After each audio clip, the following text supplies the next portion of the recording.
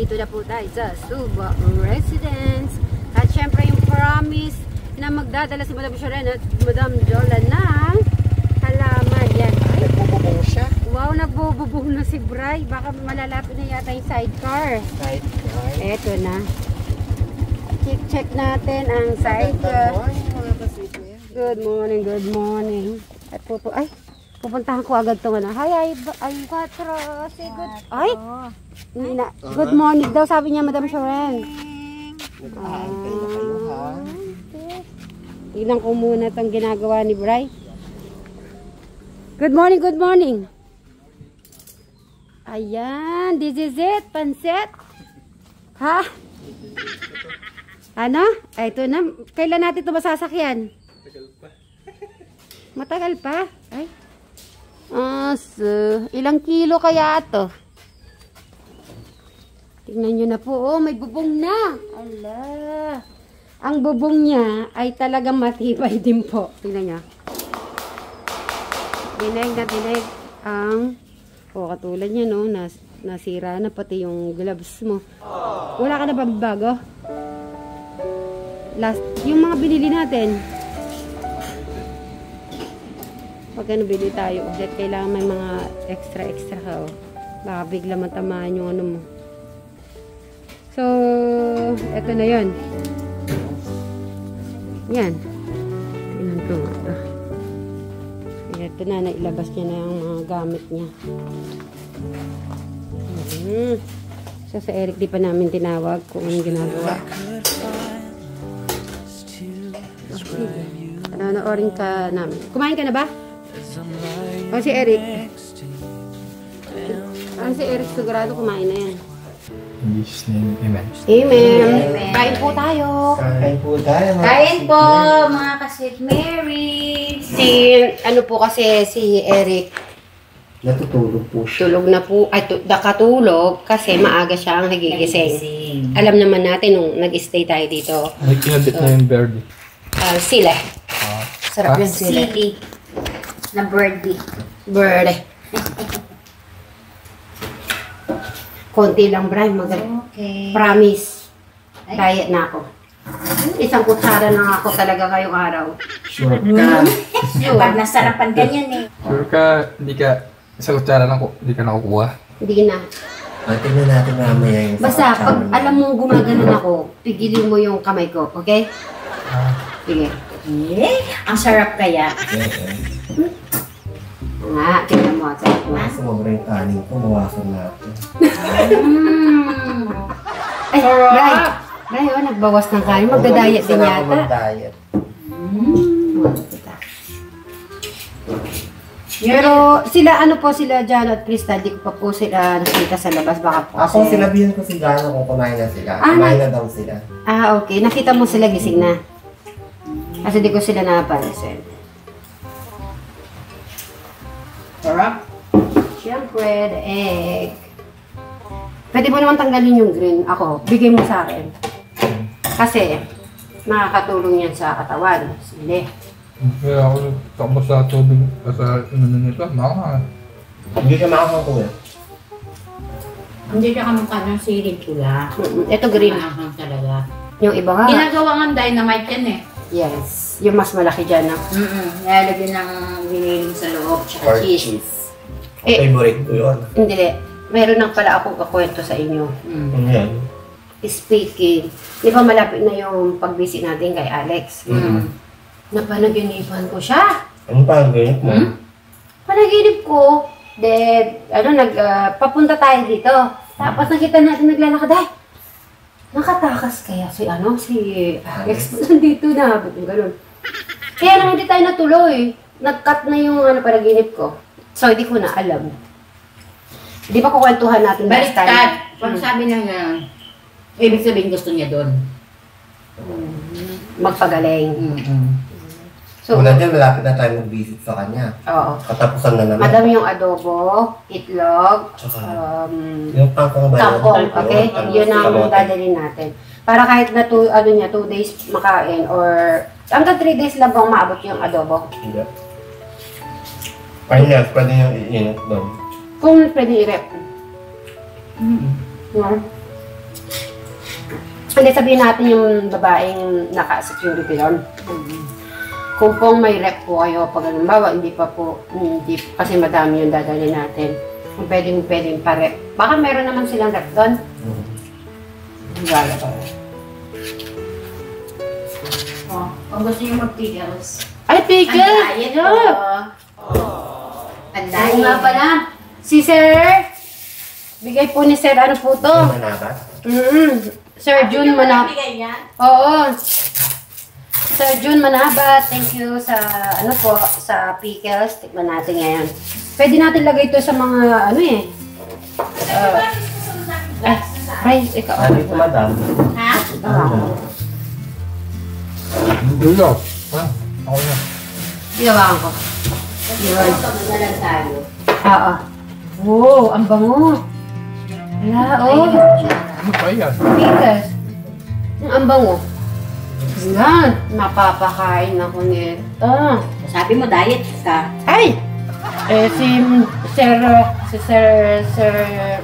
Sir June Manabat, nagbigay ng pickles, di ba? Dapat tikman natin. O, tikman nyo na. Tikman ko muna isang subo. Ay! Crunchy. Ba't ang sarap niya? Manamis-nabis. Binuro siya. Ang sarap po, Sir June Manabat. Saan kayo niya nabibili dito? Tikman nyo. Gawa lang nila. Para Ako, may. Hindi, tikman nyo. Ang sarap. Talaga? Tikman mo. Sir Jun, masarap ng pickles nyo. Tsaka po yung puto nyo. Ang sarap. Ngayon lang ako Pickles. First time. Pipino to, Kuya Bri. Sabi mo kay Sir June Manabat, first time ko pong nakatikim ka mo. Basta ako malakasim ng pickles. Pickles. Hindi to, Sabi. madam. Pepino siya. Pipino yan. Maliit. Ano ka ba? Aba yung pickles sa pepino, madam. Magkaiba ba? Oo. Pipino to. Ay, nako. Di ba diet ka? Isang kutsara rin lang. Oo nga naman. Masarap yung bigay ni Sir Manabat. Napikit. Magpapakain ka ba? Promise, after neto, mamaya na ako mag-diet. Hindi na naman tayo eh. Puro after na lang. Wag. Di ba sabi mo yan? Masarap pa naman. Isang kutsara na lang, promise. Hindi alam mo na lang pagda-diet. Kasi mag-diet. Ay, Gawa niyo po ba ito or binili niyo nakaganito? siya masarap po siya eh. Manamis na base. So, may minimal sugar Masarap po to. kasi. Tapos may konting kick siya ng ating talulo. Oo. Ano pa na dito sa isda, no? Isda. Ito isda. Masarap yan. Kailangan siya may mix siya, parang ano. Pero sinulo. Tapos kung maganda rin yung may sili. Alam mo yung green na sili? Yan, pwede din yun. Ay, si Ate Crystal. Tinatanim na yung halaman. O Ate Crystal, tinatanim mo na pala. Eh, yung yellow bell. Doon. Leo kay Tita Lota ng sabon. At ito po ang kapalayan ni Tatay Cesar. Malapit na rin pong anihin.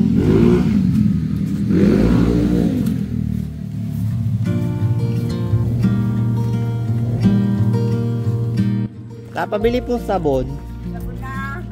Powder po. Ano? Ano sa buter po, Tide? Ano na lang po, tita? Magkano po ba yung Tide? 20, double yun, double. Double po. Surf na lang po. Ilan po yung mabibili po nito? Lahat ito, Apo. 10 lang yun. Sige po. Duman po kasi ako sa likod. Ay, sa harap. Ay, likod nga pala. Ano ba yan? Naglo-loading na naman ako.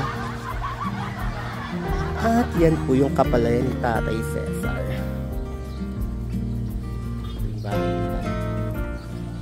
At ayun po si Ate Crystal po natin, oh.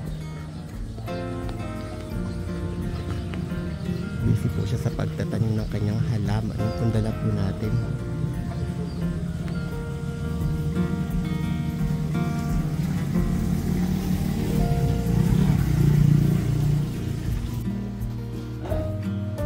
Pakita nyo yung Sharon ko kay Eric. Kung ate ko natikman yan. Masarap daw kasi yan, yung Sharo. Ay, Sharo. Kumbaga, inano mo to. Puto, oo, yung putong ano yan, yung putong Kakanin. Oo. Uy, oo nga pala. Oo, di ba masarap yan? Oo. Kuya Eric, oh, tinan mo. Oh. Ano to? Gusto mo to? Ay, dito ka mo po, Rick. Ay, thank you. Ayan, magsasalad ako. Dito ka na magsalad. Eto na yung kutsara. Erika. Mango. Ay, sarap. Tikman ko na. Mango.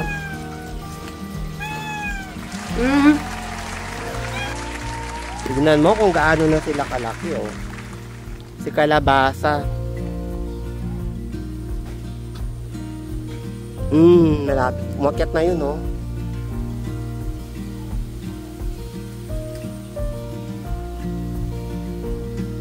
Tapos yung patola. Saka po yung ating papaya. Ay, bunga na? Ay, Kuya Eric, tignan mo, may bunga na daw yung patola. Madulas po kasi, baka madulas siya. So, tayo na lang po ang bibisit sa ating kalabasa. Oh. Tsaka po yung patola. Ah, oo nga, may bunga na siya. Ayun po, oh. Ito pong papaya. Sarap.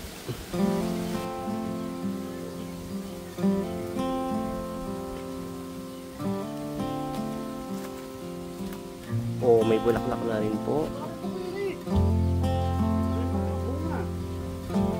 Ay, may hinog na papaya, oh.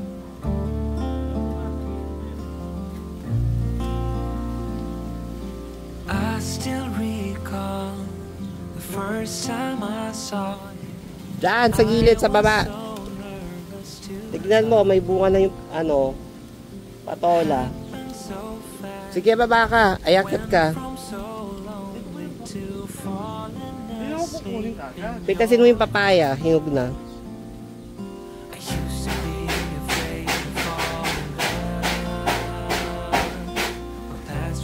Tayo na po ang magpipitas ng papaya.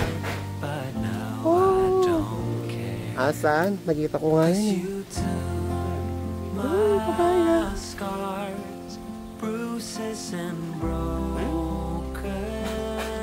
Asan? Oo nga. Ay, ito po ay organic. Wala pong pesticides po ito.